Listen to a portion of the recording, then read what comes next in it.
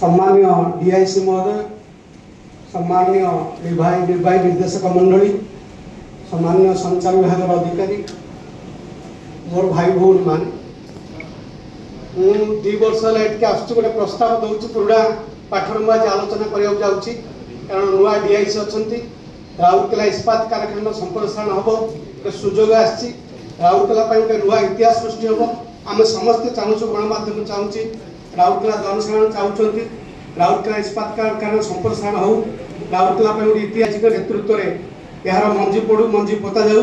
तेणु राउरकेलावासी सुफल पाते किंतु मुझे कथा कहूँ 2 वर्ष है कथा मुझे कहूँ देखिली सबू खेलर विकास बहुत कार्यक्रम ग्रहण कर राउरकेला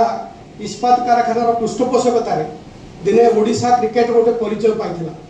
ये भारत वर्षर सबू तारका इस्पात स्टाडियम खेल खेलुले किंतु आज गोटे कलाहांडी कप भित्तिभूमि ना तेणु मुझे चाहिए डीआईसी महोदय दृष्टि आकर्षण करी क्रिकेट पुणी राउरकेला ओडिशा क्रिकेट को नुआ परिचय दौ जो हरमोहन प्रहराज अविनाश खटुआ जो मैंने सब सृष्टि होते राउरकेला जे ओडिशा क्रिकेट को नुआ दिग्दर्शन देते सेमती अनेक खेला बाहरतु खाली हकी तो राज्य सरकार भी कर आरएसपी कर भल कथा कारण ये हकी हूँ आम परिचय सुंदर माटीर परिचय बहुत भल कथा किंतु जो क्रिकेट को नहीं लोकों मध्य पिला उद्दीपना अच्छी जो क्रिकेटर भित्तिभूमि हेले पुणी राउरकेला ओडिशा क्रिकेट परिचय सृष्टि कर